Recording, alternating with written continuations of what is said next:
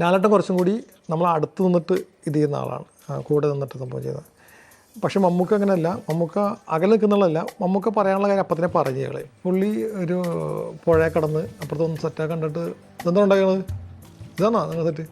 അപ്പം ഞാൻ ഓർത്ത് പണി കിട്ടി.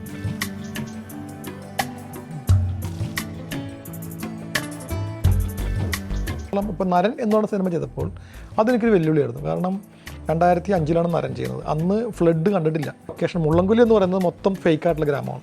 അങ്ങനത്തെ ഗ്രാമം വയനാടുണ്ട്, പക്ഷേ അത് ഈ ഒരു ഗ്രാമമല്ല.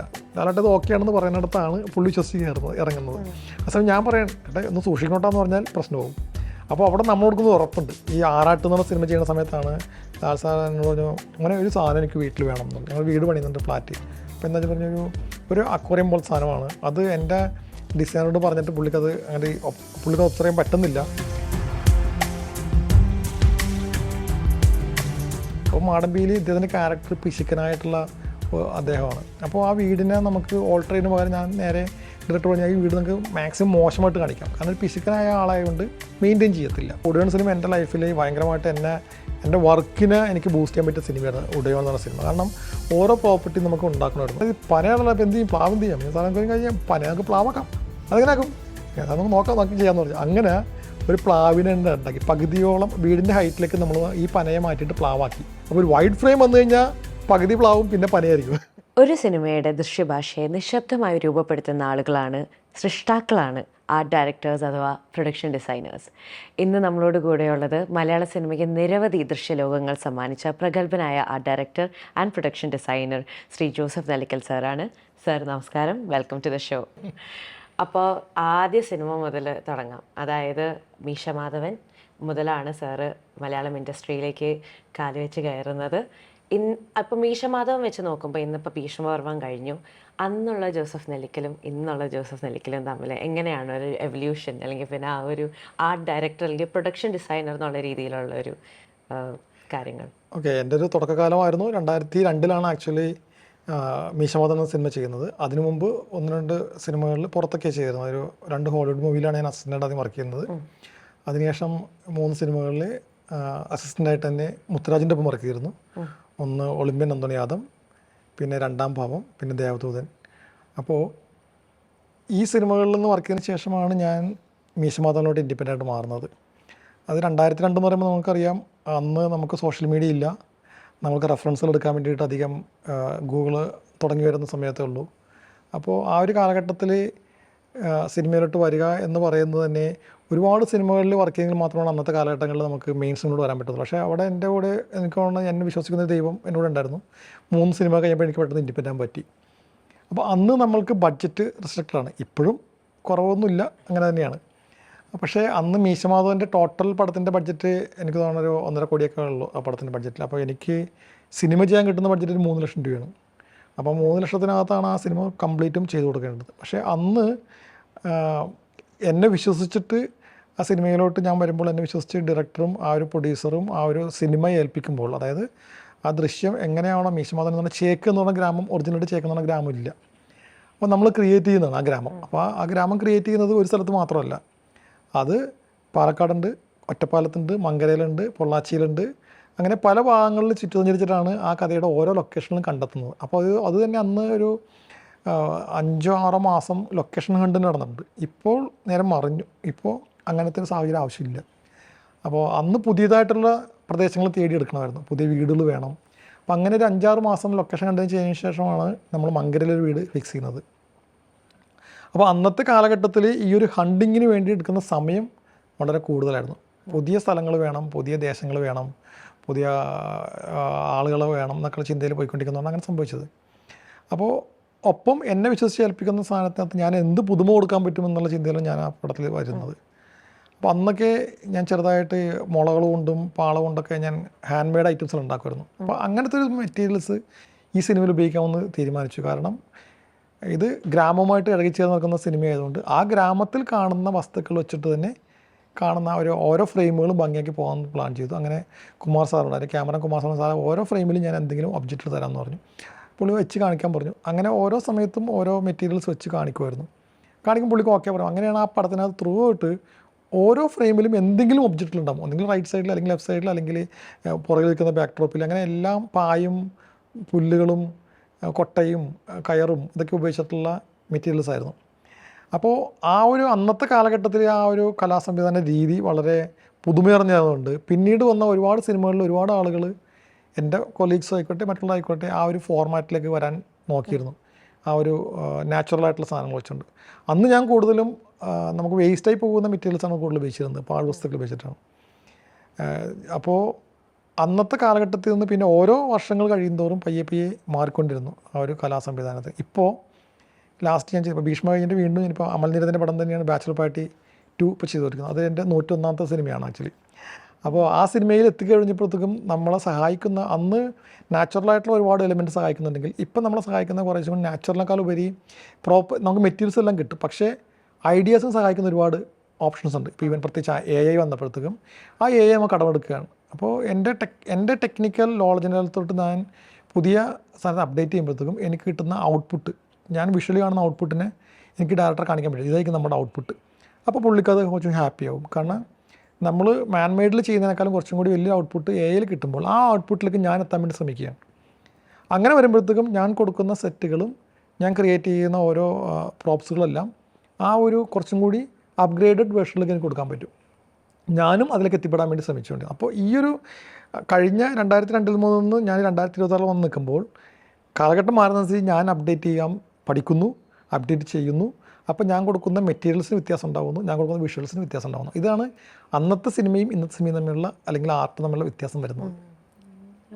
അപ്പോൾ AI അപ്പോൾ ഉപയോഗിക്കുന്നുണ്ടെന്ന് അർത്ഥം. തീർച്ചയായിട്ടും. അപ്പോൾ AIയും കമ്പ്യൂട്ടർ ഗ്രാഫിക്സും ഒക്കെ ഒരു വെല്ലുവിളിയായി മാറുന്നുണ്ടോ? വെല്ലുവിളിയല്ല ആക്ച്വലി. വെല്ലുവിളിയായി മാറുന്ന എപ്പോഴാണെന്ന് വെച്ചാൽ നമ്മൾക്ക് ഒരു അതിനെക്കുറിച്ച് അറിവില്ലെങ്കിൽ അതെനിക്ക് വെല്ലുവിളിയായിരിക്കും. ഇപ്പോൾ ഒരു 10ാം ക്ലാസ്സിൽ പഠിക്കുന്ന പയ്യന് ഒരു മാത്സ് കണക്ക് കൊടുക്കുമ്പോൾ അവൻ ആ കണക്ക് അറിയാൻ പാടില്ലെങ്കിൽ അവനത് വെല്ലുവിളി തന്നെയാണ്. പക്ഷേ അവൻ പഠിച്ചു വരുന്ന കൂട്ടത്തിനകത്ത് ഇപ്പോൾ A-B² എന്ന് പറയുമ്പോൾ അവൻ അറിയാമെങ്കിൽ അവനത് വെല്ലുവിളിയല്ല എന്ന് പറഞ്ഞ പോലെ. അപ്പോൾ അതിനുവേണ്ടി എന്ത് ചെയ്യും, അവൻ പഠിച്ചുകൊണ്ടിരിക്കണം. അപ്പോൾ ഇപ്പോൾ ഞാൻ ഞാനിപ്പോൾ AI ഉപയോഗിച്ച് തുടങ്ങിയിട്ട് ഏകദേശം ഒരു 4-5 വർഷമായി. AI വന്ന പോലെ ഞാൻ അതിനെക്കുറിച്ച് പഠിച്ചുകൊണ്ടിരിക്കുന്നതുകൊണ്ട് ഇപ്പോൾ എനിക്കത് ഈസിയാണ് ആക്ച്വലി. അപ്പോൾ എന്നെ സംബന്ധിച്ചിടത്തോളം എനിക്കൊരു വെല്ലുവിളിയല്ല. ഈവൻ ഗ്രാഫിക്സ് ആണെങ്കിൽ പോലും ഞാൻ 95 ഞാൻ ഗ്രാഫിക്സ് പഠിച്ചതാണ്. അതുകൊണ്ട് ഗ്രാഫിക്സിൻ്റെ കലകളിലേക്ക് ചെല്ലുമ്പോൾ എനിക്കത് വെല്ലുവിളിയായിട്ട് തോന്നാറില്ല. അപ്പോൾ നമ്മൾ പഠിച്ച സാധനമാണ് ഇപ്പോൾ കുറച്ചും കൂടി അപ്ഗ്രേഡ് ചെയ്ത് തോന്നിക്കൊണ്ടിരിക്കുന്നത്. അപ്പോൾ എനിക്ക് കുറച്ചും കൂടി പഠിക്കാൻ എനിക്ക് ഈസിയാണ്. അതേസമയം ഒരു തുടക്കക്കാരൻ വന്ന് നിൽക്കുന്ന ആൾക്ക് ചിലപ്പോൾ അതൊരു വെല്ലുവിളി ആയിരിക്കാം, അതിനെക്കുറിച്ച് പെട്ടെന്നായിരിക്കും ഇത് കാണുന്നത്. പക്ഷേ നമ്മൾ ആ ലോകത്തിൻ്റെ ഒപ്പം മുന്നേ പോയിക്കൊണ്ടിരിക്കുകയാണെങ്കിൽ നമുക്കത് വെല്ലുവിളിയായിട്ട് തോന്നുന്നില്ല. ആ വന്നിരിക്കുന്ന സാധനത്തിനെ നമുക്കെങ്ങനെ ഉപയോഗിക്കാൻ പറ്റുമെന്ന്, അതായത് അതിനെ ഉപയോഗിക്കുന്ന രീതിയിലാണ് നമുക്കതിനെ മാറ്റം വരുത്താൻ പറ്റത്തുള്ളൂ. അല്ലെങ്കിൽ അത് വെല്ലുവിളി തന്നെയാണ്. നമുക്ക് അതിനെക്കുറിച്ച് അറിവില്ലെങ്കിൽ വെല്ലുവിളി തന്നെയായിരിക്കും.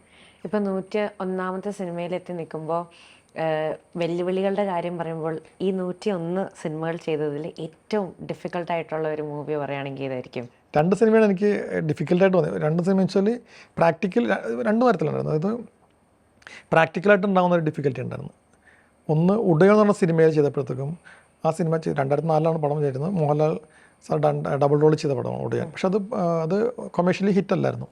പക്ഷേ ആ സമയത്ത് അതിനകത്ത് വെച്ചിരിക്കുന്ന ഓരോ പ്രോപ്പർട്ടീസും എല്ലാം പുള്ളിക്ക്, ഡയറക്ടർക്ക്, അത് ഭദ്രമായിട്ടല്ല, പുതിയ സാധനം വേണം, അതല്ലെങ്കിൽ കാണുന്ന സാധനമൊന്നും വേണ്ട, കണ്ടിട്ടുള്ള സാധനമൊന്നും വേണ്ടെന്ന് പറഞ്ഞായിരുന്നു. അപ്പോൾ അദ്ദേഹം ഉപയോഗിക്കുന്ന പെൻ പോലും നമുക്ക് പുതിയതായിട്ട് ഉണ്ടാക്കേണ്ടി വന്നു. അപ്പോൾ അങ്ങനെ ഓരോ പ്രോപ്പർട്ടിയും അതിനകത്ത് ഉണ്ടാക്കേണ്ടി വന്നു. അത് അന്ന് എനിക്കൊരു വെല്ലുവിളിയായിരുന്നു ആ സമയത്ത്. പക്ഷെ പിന്നീട് പുറത്ത് വന്നപ്പോഴത്തേക്ക് ഇതൊക്കെ നമുക്ക് ഓപ്ഷൻസ് ആയി. കാരണം ഇപ്പോൾ 3D പ്രിൻ്റർ ഉണ്ട്. എനിക്ക് പെൻ്റെ ഡിസൈൻ കൊടുത്താൽ 3D പ്രിൻ്റർ സാധനം ഉണ്ടാക്കി വരാം. മറ്റൊന്ന് ഹാൻഡ് മെയ്ഡ് ചെയ്യണം. അപ്പോൾ ഇപ്പോൾ അതിനുള്ള വെല്ലുവിളിയില്ല. പക്ഷേ പിന്നീട് എന്നെ സംബന്ധിച്ചിടത്തോളം ഇപ്പോൾ നരൻ എന്ന് പറഞ്ഞ സിനിമ ചെയ്തപ്പോൾ അതെനിക്കൊരു വെല്ലുവിളിയായിരുന്നു. കാരണം 2005 നരൻ ചെയ്യുന്നത്. അന്ന് ഫ്ലഡ് കണ്ടിട്ടില്ല. ഞാൻ കൊച്ചിയിൽ താമസിക്കുന്നതാണ്. കൊച്ചിയിൽ അങ്ങനെ ഫ്ലഡ് പണ്ട് പറഞ്ഞു കേട്ടതല്ലാണ്ട് നമുക്കൊരു വെള്ളം ഒഴുകി വരുന്നു, കുത്തി ഒഴുകി വരുന്ന വെള്ളം എൻ്റെ കണ്ണിൽ ഞാൻ കണ്ടിട്ടില്ല. പറഞ്ഞ അറിവ് എനിക്കില്ല. പറഞ്ഞു കേട്ട അറിവ് മാത്രമല്ല, അല്ലാണ്ട് അനുഭവിച്ചറിവില്ല. പക്ഷേ 2018 നമ്മൾ അനുഭവിക്കുന്നത് ആ ഫ്ലഡ് അനുഭവിക്കുന്നത്. പക്ഷേ 2005 ആ സിനിമ ചെയ്യുമ്പോൾ അതിനെങ്ങനെ ആ ഫ്ലഡിലോട്ട് കൊണ്ടുവരാം എന്നുള്ള സാധനം ഞാൻ ഒബ്സർവ് ചെയ്യേണ്ടി വന്നു. അതായത് എന്നെ വിശ്വസിച്ചിട്ടാണ് ജോഷി സാർ ആ സിനിമ ഏൽപ്പിക്കുന്നത്. അപ്പോൾ ആ ഫ്ലഡ് ഞാൻ ഉണ്ടാക്കണം, ഞാൻ ക്രിയേറ്റ് ചെയ്യണം. നമുക്ക് ഒരിക്കലും ചെയ്യാൻ പറ്റത്തില്ല. ആ ഫ്ലഡ് ഉണ്ടാക്കാൻ നമ്മൾ എന്ത് ചെയ്യണം? അപ്പോൾ അത് അന്നത്തെ കാലഘട്ടത്തിൽ നമ്മൾക്ക് ഒരു ബഡ്ജറ്റുകൾ വെച്ചുകൊണ്ട് പുതിയൊരു ഫ്ലഡ് ക്രിയേറ്റ് ചെയ്യാൻ പറ്റില്ല. അപ്പോൾ ഉള്ള സ്ഥലത്ത് നമുക്ക് ഇങ്ങനെ ഷൂട്ട് ചെയ്യാം. അങ്ങനെ നമ്മൾ ഷൂട്ട് ചെയ്തിട്ടുള്ള ആ ഒരു നരനിലെ ലൊക്കേഷൻ, മുള്ളൻകൊല്ലി എന്ന് പറയുന്നത് മൊത്തം ഫേക്കായിട്ടുള്ള ഗ്രാമമാണ്. അങ്ങനത്തെ ഗ്രാമം വയനാടുണ്ട്, പക്ഷേ അത് ഈ ഒരു ഗ്രാമമല്ല. ഇത് ഫുള്ള് ഷൂട്ട് ചെയ്തത് നമ്മൾ പൊള്ളാച്ചിയിലാണ്, കേരളമല്ല. കേരളം കാണിച്ചിട്ടേ ഇല്ല പടത്തിനത്. പക്ഷേ നമ്മൾ കാണുന്നത് കേരളത്തിലെ മുള്ളംകൊല്ലി ഗ്രാമമാണ്. അത് എങ്ങനെ ആളുകളുടെ ഉള്ളിലേക്ക് എത്തിക്കുക എന്നുള്ളതാണ് എന്നെ സംബന്ധിച്ചുള്ള എൻ്റെ വലിയ വെല്ലുവിളി. ഒപ്പം ആ ഒരു ഗ്രാമത്തിലുണ്ടാകുന്ന ഫ്ലഡ് അല്ലെങ്കിൽ ആ പുഴ എങ്ങനെ കാണിക്കാൻ പറ്റും. അതിനുവേണ്ടി നമ്മൾ ആദ്യം പുഴ കാണിച്ചിരിക്കുന്നത് ആളിയാർ ഡാമാണ്. അക്കരെ പോകാൻ പറ്റില്ല. സിനിമയിൽ അക്കരെ ഇക്കരെയും പോയി വരുന്നുണ്ട്, കാരണം അക്കരെയാണ് ആ ഗ്രാമം സിനിമയിൽ. പക്ഷേ നമ്മൾ സിനിമയെ അങ്ങനെയാണെങ്കിലും ലൊക്കേഷൻ കാണിച്ചിരുന്ന ഒരു സ്ഥലത്ത് നമ്മൾ കടവിലോട്ട് പോയി കഴിഞ്ഞാൽ അതേ കടവ് തന്നെയാണ് തിരിച്ചെത്തുന്നത്, അല്ലാതെ അപ്പുറം പോകാൻ പറ്റില്ല, കാരണം അപ്പുറത്ത് കാടാണ്. അതിനെ നമ്മൾ ഒബ്സർവ് ചെയ്ത് ആ ഡിസൈൻ ഇങ്ങനെയായിരിക്കും, ഇന്ന പോലെ ആയിരിക്കും എന്ന് പറഞ്ഞു കൊടുത്ത് മനസ്സിലാക്കി ക്യാമറാനും ഡയറക്ടറും അത് ആക്സെപ്റ്റ് ചെയ്ത് ഓക്കെ നമുക്ക് ഇങ്ങനെ ചെയ്യാം എന്ന് പറയുന്നിടത്താണ്, അല്ലെങ്കിൽ അത് നമ്മൾ കാണിച്ചു കൊടുത്ത് അതിൻ്റെ ഫിലിമിലാക്കുമ്പോഴാണ് എല്ലാവർക്കും മനസ്സിലാവും ഇത് ഇങ്ങനെയാണ് ഓക്കെ എന്ന് പറയുന്നത്. അതുപോലെ തന്നെ ഫ്ലഡിനെ കുറിച്ചപ്പോൾ അവർക്ക് നമ്മളോട് വിശ്വാസം കൂടും. ഓക്കെ അങ്ങനെ. ഫ്ലഡിൻ്റെ കേസിൽ വരുമ്പോഴത്തേക്കും നമ്മൾ ഒരു സ്ഥലം അന്വേഷിച്ച് കിടന്നു. അപ്പോഴാണ് ഹൊഗ്ഗനക്കൽ എന്നുള്ള സ്ഥലത്ത് പണ്ട് മമ്മൂക്കൊക്കെ ഷൂട്ട് ചെയ്തിട്ടുള്ള അഥർവം ഷൂട്ട് ചെയ്തിട്ടുള്ള സ്ഥലമാണ് ഹൊഗ്ഗനക്കൽ. ആ ഹൊഗ്ഗനക്കൽ ഏകദേശം കുത്തി ഒഴുകിക്കൊണ്ട് എപ്പോഴും ഫുൾ ടൈം 24 hours അല്ലെങ്കിൽ 365 days കുത്തി ഒഴുകിക്കൊണ്ടിരിക്കുന്ന പുഴയാണ് അവിടെ ഉള്ളത്. അപ്പോൾ അത് നമുക്ക് ഇതിനോട്ട് മാച്ച് ചെയ്യാൻ പറ്റുമെന്ന് തോന്നി. അങ്ങനെ ആ സ്ഥലം പോയി കണ്ടു. ഹൊഗ്ഗനക്കൽ കണ്ടപ്പോഴത്തേക്കും ഏകദേശം നമ്മളോട് മാച്ച് ആവുമെന്ന് മനസ്സിലായി. അങ്ങനെയാണ് ഈ ഇതിൻ്റെ കുത്തിയൊഴുകുന്ന പുഴ എടുത്തത് ഹൊഗ്ഗനക്കലാണ്. അപ്പോൾ നമുക്ക് 2 സാധനം കിട്ടി. അതായത് സാധാരണ പുഴ ആളിയാർ കിട്ടി, കുത്തിയൊഴുകുന്ന പുഴ നമ്മൾക്ക് ഹൊഗ്ഗനക്കൽ കിട്ടി. ഇനിയുള്ള ബേസിക് പ്രശ്നം എന്ന് വെച്ചാൽ തടി എങ്ങനെ ഒഴുകും എന്നുള്ളതാണ്, മെറ്റീരിയൽസ്. അതിന് വേണ്ടിയിട്ട് നമ്മൾ റിസർച്ച് ചെയ്തപ്പോഴത്തേക്കും ആ തടികൾ ഒഴുകി വരുന്നതിൻ്റെ രീതികളും എല്ലാം പഴയ സിനിമകളിലോ അല്ലെങ്കിൽ ഈ നമ്മൾ BBC ഒക്കെ എടുക്കുമ്പോൾ പറയാൻ പറ്റും, ആ ഫ്ലഡിൻ്റെ കാണാൻ പറ്റില്ല. അങ്ങനെ വെച്ച് കണ്ടപ്പോഴത്തേക്കാണ് തടികൾ ഒഴുകി വരുന്നത്. അതിന് കൂടുതൽ പല സാധനങ്ങളും കൂടുതലും ഈ കര കവിഞ്ഞ് ഒഴുകുമ്പോൾ ആ പ്രദേശത്തുള്ള സാധനങ്ങളായിരിക്കും കൂടുതൽ ഒഴുകി വരുന്നത്. അപ്പോൾ അവിടെ എന്തൊക്കെ ഉണ്ടാകാൻ ചാൻസ് ഉള്ളത്. അപ്പോൾ നമ്മുടെ കാലത്തിൽ കാണിക്കുമ്പോഴത്തേക്കും ഇദ്ദേഹം എപ്പോഴും ഒഴുകി വരുന്ന തടി പിടിക്കുന്ന ആളാണ്, ഒഴുകി വരുന്ന വസ്തുക്കൾ എടുക്കുന്ന ആളാണെന്ന് പറയുന്നത് നമ്മൾ തടിയാണ് അകത്തേക്ക് ആ പടത്തിൽ എഴുതിയിരിക്കുന്നത്. അപ്പോൾ ആ തടി ഒഴുകി വരണം, അതിനെങ്ങനെ ക്രിയേറ്റ് ചെയ്യുക എന്നുള്ളതാണ്. അതിന് വേണ്ടിയിട്ടും കുറച്ച് തടി ഇടാൻ പറ്റത്തില്ല, കാരണം നമുക്ക് ഒരു ദിവസമല്ല ഒരാഴ്ച 2 ആഴ്ച എടുത്ത് ഷൂട്ട് ചെയ്യുന്ന സാധനം. അപ്പോൾ ഈ ഒരു പ്രാവശ്യം ചെയ്യുന്ന നമ്മൾ ഷോട്ട് വീണ്ടും മെറ്റീരിയൽ ഫൈബറാണത്. അപ്പോൾ ഒരു തവണ ഉപയോഗിക്കുന്ന തടി വീണ്ടും നമ്മൾ റിപ്പീറ്റ് ചെയ്യണം ആ ഷോട്ടുകൾ. അപ്പോൾ അതിന് വേണ്ടിയിട്ട് നമ്മുടെ കയ്യിൽ ഹോൾഡ് ചെയ്യാൻ പറ്റുന്ന ആ വെയിറ്റുള്ള സാധനം ആയിരിക്കണം. അതിന് വേണ്ടിയിട്ട് ഫൈബർ കൊണ്ട് നമ്മൾ തടി ഉണ്ടാക്കിയത്. ഫൈബർ കൊണ്ട് തടി ഉണ്ടാക്കുമ്പോഴത്തേക്കും എന്താ സംഭവിക്കണമെന്ന് വെച്ചാൽ ഈ വെള്ളം അതിനകത്ത് ഹോൾഡ് ചെയ്യണം. അപ്പോൾ വെള്ളം ഫുൾ നിറച്ച് കഴിഞ്ഞാൽ താനൊന്നും മുങ്ങിപ്പോകും. അപ്പോൾ ഫുൾ നിറക്കാൻ പറ്റത്തില്ല. അതിനകത്ത് ആർട്ടിസ്റ്റ് കയറിയിരിക്കണം, അത് ഒഴുകണം. അപ്പോൾ ആർട്ടിസ്റ്റിന് അതിനുള്ള സേഫ്റ്റി കൊടുക്കണം. അപ്പോൾ അതിനെന്ത് സിസ്റ്റം ചെയ്യണം. അപ്പോൾ ആലോചിച്ചപ്പോഴാണ് പണ്ട് ഞാൻ ചെറുപ്പത്തിൽ പഠിക്കുന്ന സ്ഥലത്ത് ഞങ്ങളുടെ സ്കൂളിൻ്റെ അടുത്തായിട്ട് ഈ ഊറ്റി യന്ത്രമുണ്ട്, മറ്റേ ടാങ്കർ ലോറിയുടെ. അപ്പോൾ അവിടെ ടാങ്കർ ലോറി ഉണ്ടാക്കണം കാണാൻ പറ്റും. ഇപ്പോൾ അത് ഇല്ലീഗലാണ്, പറ്റത്തില്ല. പക്ഷേ ടാങ്കർ ലോറി 3 അറയാണ് അപ്പോൾ കാണാം നമുക്ക്. 3 അറ എന്തിനാണെന്ന് വെച്ചാൽ വെള്ളം ഫ്ലോട്ട് കിടക്കുമ്പോഴത്തേക്കും ടാങ്കർ ലോറി മുകളിലോട്ട് കയറുമ്പോഴാണെങ്കിൽ വെള്ളം ഈക്വലായിരിക്കും 3 അറയിലും. അപ്പോൾ അതല്ലെങ്കിൽ ഈ അറകളില്ലെങ്കിൽ ടോട്ടലായിട്ട് വന്ന് ബാക്കിൽ വന്ന് നിൽക്കും, അപ്പോൾ വണ്ടി മറിയും. അതുകൊണ്ട് ആണ് ഈ വണ്ടികൾക്കെല്ലാം 3 അറകളുണ്ടാണ്. 3 ടോപ്പിൽ 3 ഇത് കാണാൻ പറ്റും, ക്യാപ്പ്. ആ സിസ്റ്റമാണ് നമ്മൾ ഈ തടിയിൽ ചെയ്തത്. തടിയിൽ 3 അറ ഉണ്ടാക്കി. 3 അറ ഉണ്ടാക്കിയിട്ട് 3 അറയിലും വെള്ളം കയറ്റും. അപ്പോൾ അതിൻ്റെ 3/4 ഭാഗം വെള്ളം കയറ്റുമ്പോൾ ഇത് ഈക്വലാവും. തടി കുത്തിയാലും മറിഞ്ഞാലും എങ്ങനെ ചെയ്താലും ഈ വെള്ളം ബാലൻസ് ആവും. അപ്പോൾ അതിനകത്ത് ആർട്ടിസ്റ്റ് കയറി ഇരുന്നാലും സേഫ് ആയിരിക്കുള്ളൂ. ആ സേഫ്റ്റി നമ്മൾ ഉണ്ടാക്കി കൊടുക്കുമ്പോൾ ലാലേട്ടത് ഓക്കെ ആണെന്ന് പറയുന്നിടത്താണ് പുള്ളി വിശ്വസിച്ച് ഇറങ്ങുന്നത്. അസമയം ഞാൻ പറയാൻ ഏട്ടാ ഒന്ന് സൂക്ഷിക്കണോട്ടാന്ന് പറഞ്ഞാൽ പ്രശ്നമാവും. അപ്പോൾ അവിടെ നമ്മൾ കൊടുക്കുന്നത് ഉറപ്പുണ്ട്, ആ ഉറപ്പിലാണ് നമ്മൾ മുന്നോട്ട് വയ്ക്കണം. അപ്പോൾ ഇങ്ങനെ ഉള്ള വെല്ലുവിളികൾ എന്ന് പറയുന്നത് ഇങ്ങനത്തെ ഒരു പ്രത്യേക സബ്ജക്റ്റിൽ വരുമ്പോഴാണ് ഒരു ആർട്ട് ഡയറക്ടർക്ക് എപ്പോഴും വെല്ലുവിളി ഉണ്ടാകുന്നത്. സാധാരണ സിനിമകൾ ഞാൻ വെല്ലുവിളിയുടെ ആവശ്യമില്ല, കാരണം നോർമൽ നമ്മൾ കാണുന്ന സിനിമകൾ നമുക്ക് ഒരുപാട് റിസർച്ച് ചെയ്ത് സാധനം എടുക്കാൻ പറ്റും. ചില സാധനങ്ങൾ നമുക്ക് പറ്റില്ല. ഇപ്പോൾ പുലിപുരം ചെയ്യുമ്പോഴത്തേക്കും നമ്മൾ ഇതേപോലെ തന്നെ സെയിം കാണാത്ത കാട്, കാണാത്ത കടുവ, അവിടെ ഇറങ്ങുന്ന ഈ കടുവ എന്ന് പുലിയ എന്നൊക്കെ പറയുമ്പോഴത്തേക്കും നമ്മൾ വീണ്ടും റീക്രിയേറ്റ് ചെയ്യണം പുലിയൂർ എന്ന ഗ്രാമം. അതെങ്ങനെ വേണം, അത് ഡിസൈൻ ചെയ്യുന്നു, അതിലെങ്ങനെ ആൾക്കാർ എങ്ങനത്തെ മെറ്റീരിയൽ ഉപയോഗിക്കണം, അവരെങ്ങനെ ഡ്രസ്സുകൾ ഇടണം, അതെങ്ങനെ കമ്മ്യൂണിക്കേറ്റ് ചെയ്യണം, ആ വീട് എങ്ങനത്തെ ആയിരിക്കണം എന്നുള്ള. അപ്പോൾ അതിനകത്തേക്ക് വരുമ്പോൾ അതൊരു വെല്ലുവിളിയായി മാറും. അപ്പോൾ അങ്ങനെയുള്ള സിനിമകൾ അപൂർവങ്ങളാണ് നമുക്ക് വന്ന് വിടുന്നത്, അങ്ങനെ സബ്ജക്റ്റുകൾ. അതൊക്കെ ഓരോരുത്തർക്കും ഓരോ വെല്ലുവിളിയായിരിക്കും. അതാണ് അതിൻ്റെ ഒരു ഡ്രസ്സുകൾ പോലും ഒരു ആർട്ട് ഡയറക്ടറിൻ്റെ സജഷനിലേക്ക് വരും. ഇപ്പോൾ പ്രൊഡക്ഷൻ ഡിസൈനാണ് ചെയ്യുന്നതെങ്കിൽ നമുക്ക് സജസ്റ്റ് ചെയ്യാൻ പറ്റും. നമുക്ക് ഈ ഒരു അതെന്ന് വെച്ചാൽ അതിനൊരു മൂഡ് ബോർഡ് ഉണ്ടാക്കും. ഇപ്പോൾ ഉദാഹരണം ഭീഷ്മറുമാണെങ്കിൽ 80s ആണ് കാലഘട്ടം. അപ്പോൾ അതിൻ്റെ പ്രൊഡക്ഷൻ ഡിസൈനറായിട്ട് വർക്ക് ചെയ്യുന്ന ആൾക്കാർക്ക് ആരാണോ, ഇപ്പോൾ തുടക്കം ഞാനല്ലായിരുന്നു, അദ്ദേഹം മരിച്ചുപോയി, സുനിലായിരുന്നു. അപ്പോൾ അതിനെന്താ സംബന്ധിച്ചാൽ ഒരു മൂഡ് ബോർഡ് ഉണ്ടാക്കും. അത് ഏത് സിനിമയാണെങ്കിലും പ്രൊഡക്ഷൻ ഡിസൈൻ ചെയ്യാൻ പരിപാടി പറഞ്ഞത് കാലഘട്ടം എന്താണ്, 26 ആണോ 25 അതല്ലെങ്കിൽ 20 ആണോ 80s ആണോ 70s ആണോ എന്നുള്ള കാലഘട്ടത്തിന് മൂഡ് ബോർഡ് ഉണ്ടാക്കും. ഈ മൂഡ് ബോർഡ് എന്തിനാണെന്ന് വെച്ചാൽ അന്നത്തെ കാലഘട്ടത്തിൽ അവർ ഉപയോഗിച്ചിരുന്ന വസ്തുക്കൾ എന്തൊക്കെയാണ്, ഡ്രസ്സ് എന്താണ്, മെറ്റീരിയൽസ് എന്തൊക്കെയാണ്, അന്നത്തെ വണ്ടികൾ എന്തൊക്കെയാണ്, അന്നത്തെ വീടുകളിൽ ഉപയോഗിച്ചിരുന്ന പെയിൻറ്റിങ്സ് എങ്ങനത്തെയാണ്, അവിടുത്തെ മെറ്റീരിയൽ, അങ്ങനത്തെ ഒരു ഒരു ഒരു എന്താ പറയുക, ഒരു PPT ഉണ്ടാവും, പ്രസൻറ്റേഷൻ ചെയ്യാൻ. അപ്പോൾ മൂഡ് ബോർഡ് ആദ്യം ക്രിയേറ്റ് ചെയ്യുമ്പോൾ ആ മൂഡാണ് നമ്മുടെ ഈ പടത്തിന് വേണ്ടതെന്നുള്ളത് ഫിക്സ് ചെയ്യും, ആ മൂഡ് ബോർഡ് വെച്ചിട്ട്. അപ്പോഴാണ് നമുക്കറിയണത് ഈ ഒരു കാലഘട്ടത്തിൽ ഇതാണ്. അപ്പോൾ അതൊരു ഡിസ്കഷനിൽ പോകുന്നതാണ്. അപ്പോൾ ഡയറക്ടർ നമുക്ക് ഓക്കെ ഈ പടത്തിനകത്ത് നമുക്ക് ഈ കളർ ഉപയോഗിക്കാം, അല്ലെങ്കിൽ ഇത് ഈ പാറ്റേണിൽ പോകാം. അപ്പോൾ എന്താ സംബന്ധിച്ചാൽ അന്നത്തെ കാലഘട്ടത്തിൽ പേസ്റ്റ് കളറില്ല, എല്ലാം ബ്രൈറ്റ് കളേഴ്സാണ്. ഇപ്പോൾ RDX ആ കാലഘട്ടമാണ് ബ്രൈറ്റ് കളേഴ്സ് ഉപയോഗിക്കുന്നത്. അത് ചിലപ്പോൾ നമുക്ക് ചില പരസ്യങ്ങൾ കാണുമ്പോൾ പേസ്റ്റ് കളേഴ്സ് ഉപയോഗിക്കുന്നത് കാണാൻ പറ്റും. ആക്ച്വലി അന്ന് പേസ്റ്റ് കളേഴ്സ് ഉപയോഗിക്കുന്നത് ഒരു കോമ്പിനേഷനായിട്ട് അവർ ഉപയോഗിക്കാറുണ്ടായില്ല 80s-ലും 70s-ലൊക്കെ. പക്ഷേ ഇപ്പം നമ്മൾ ചില ആളുകൾ അറിവില്ലായ്മ കൊണ്ട് കാണിക്കുമ്പോൾ പേസ്റ്റ് കളേഴ്സ് ഉപയോഗിക്കും. പക്ഷേ അത് ഭംഗിയുണ്ടാവും, പക്ഷേ അത് ലോജിക്കലി നോക്കുമ്പോഴത്തേക്കും ചിലപ്പോൾ റോങ് ആയിരിക്കും. അപ്പോൾ നമ്മൾ ഷൂട്ട് ചെയ്യാൻ പോകുന്ന കഥ ലോജിക്കായിട്ട് പോകണോ അതോ ഭംഗി വേണോ എന്ന് നോക്കുന്ന സംഭവം. പണ്ട് നോക്കി നേരത്തെ പറയും കണ്ടിന്യൂറ്റി വേണോ, ഇത് വേണോ നോക്കി, ഭംഗി വേണോ നോക്കുന്ന പോലെയാണ്. ലോജിക്കലി പിടിക്കണമെന്നുണ്ടെങ്കിൽ, ക്ലിയർ ആയിട്ട് പോകണമെന്നുണ്ടെങ്കിൽ നമ്മൾ അങ്ങ് അതേപോലെ പിടിക്കും. അതല്ല ഫാൻറ്റസി ആയിട്ടാണെങ്കിലോ അല്ലെങ്കിൽ നമുക്ക് കൊമേഴ്ഷ്യലായിട്ട് ചിന്തിക്കുകയാണെങ്കിൽ ഈ പറഞ്ഞ ലോജിക്ക് നോക്കേണ്ട ആവശ്യമില്ല അവർക്ക്. അപ്പോൾ നമ്മൾ ആദ്യം മൂഡ് ബോർഡ് ഉണ്ടാക്കും. ഈ മൂഡ് ബോർഡ് ഉണ്ടാക്കിയതിന് ശേഷമാണ് പിന്നീട് ആ പടത്തിനകത്ത് വേണ്ടിയുള്ള ലൊക്കേഷൻ ഹണ്ടിങ്ങിന് ശേഷം പിന്നീട് അതിൻ്റെ ഒരു കളർ പാലറ്റ് ഉണ്ടാക്കും. കളർ പാലറ്റ് ഉണ്ടാക്കിയതിന് ശേഷമായിരിക്കും പിന്നെയും ഇരുന്നിട്ടാണ് അതിൻ്റെ ഒരു സ്റ്റോറി ബോർഡ് ഉണ്ടാക്കുന്നത്. അപ്പോൾ അങ്ങനെ ഒരു എന്താ പറയുക, ABCD നമ്മുടെ ഒരു ഗ്രേഡ് ഓഫ് സാധനമുണ്ട്. അതിലൂടെ കടന്നു വരുമ്പോഴാണ് നമ്മൾക്ക് ഈ പറഞ്ഞൊരു ഇതിൻ്റെ ഒരു എൻഡിലേക്ക് എത്താൻ പറ്റുന്നത്. അപ്പോൾ ഇങ്ങനെ ഈ ABCD എന്ന തരത്തിൽ പല ഘട്ടങ്ങളിൽ ചെയ്യുന്നതാണ് പ്രൊഡക്ഷൻ ഡിസൈൻ ചെയ്യുന്നത്. അപ്പോൾ പ്രൊഡക്ഷൻ ഡിസൈൻ ചെയ്യുമ്പോഴത്തേക്കും ഈ പറഞ്ഞ എല്ലാ മേഖലയിലും കൈകടത്തേണ്ടി വരും. ഈവൻ VFX ഉണ്ടാവാം, അവരോടൊപ്പം ഇരിക്കേണ്ടി വരും. എവിടെയാണ് VFX വേണ്ടത്, സെറ്റ് വേണോ, VFX വേണോ, സെറ്റ് വേണോ, മിനിയേച്ചേഴ്സ് വേണോ, റിയൽ ആയിട്ടുള്ള സാധനം ചെയ്യണോ, സെറ്റപ്പിൽ പോകണം എന്നൊക്കെയുള്ള ഡിസൈൻ വരും. അപ്പോൾ അങ്ങനെ വരുമ്പോഴത്തേക്കും നമുക്ക് ഇപ്പോൾ ഞാനിടുന്നൊരു സെറ്റ്, ആ സെറ്റിനകത്ത് ഈ കളറാണ് പാലറ്റാണ് നന്നാകത്തുള്ളൂ. അപ്പോൾ എനിക്ക് സജസ്റ്റ് ചെയ്യാൻ പറ്റും കോസ്റ്റ്യൂമിൻ്റെ അടുത്ത് ഈ കളർ നിങ്ങൾ ഉപയോഗിക്കുക, ഇതാണ് സെറ്റ് കളർ വരാൻ പോകുന്നത്, ബാക്ക് ഡ്രോപ്പ് ഇതായിരിക്കും. ഇപ്പോൾ നമ്മൾ ബാക്ക് ഡ്രോപ്പ് മൊത്തം ഗ്രീൻ ഇട്ടിട്ട് ഷൂട്ട് ചെയ്യാൻ വരുമ്പോഴത്തേക്കും ഗ്രീൻ ഇട്ട് വന്നു കഴിഞ്ഞാൽ പ്രശ്നമാവും. അതേസമയം ചിലപ്പോൾ ചില ഗ്രീനുകൾ മാച്ച് ചെയ്യുന്ന ഗ്രീൻസ് ഉണ്ടാവാം. അത് നമ്മൾ ഡിസിഷൻ എടുക്കുന്ന പോലെയും എങ്ങനെയാണ്. അപ്പോൾ അങ്ങനെ വരുമ്പോൾ നമ്മൾ സജഷനിലേക്ക് പോകും, നമ്മൾ സജസ്റ്റ് ചെയ്യും. ആസ് എൻ ആർട്ട് ഡയറക്ടർ അല്ലെങ്കിൽ സിനിമ ഇഷ്ടപ്പെടുന്ന ഒരാളെന്നുള്ള രീതിയിലായിക്കോട്ടെ, സാറിന് ഏറ്റവും കൂടുതൽ ഇൻസ്പയർ ചെയ്തൊരു പടം? എനിക്ക് തോന്നുന്നു വെച്ചാൽ എനിക്ക് കുറേ എൻ്റെ കരിയറിൽ എന്നെ ഇൻഫ്ലുവൻസ് ചെയ്ത സാധനം വാട്ട് ഡ്രീംസ് മേക്കാം എന്നുള്ള സിനിമയുണ്ട് ഇംഗ്ലീഷിൽ.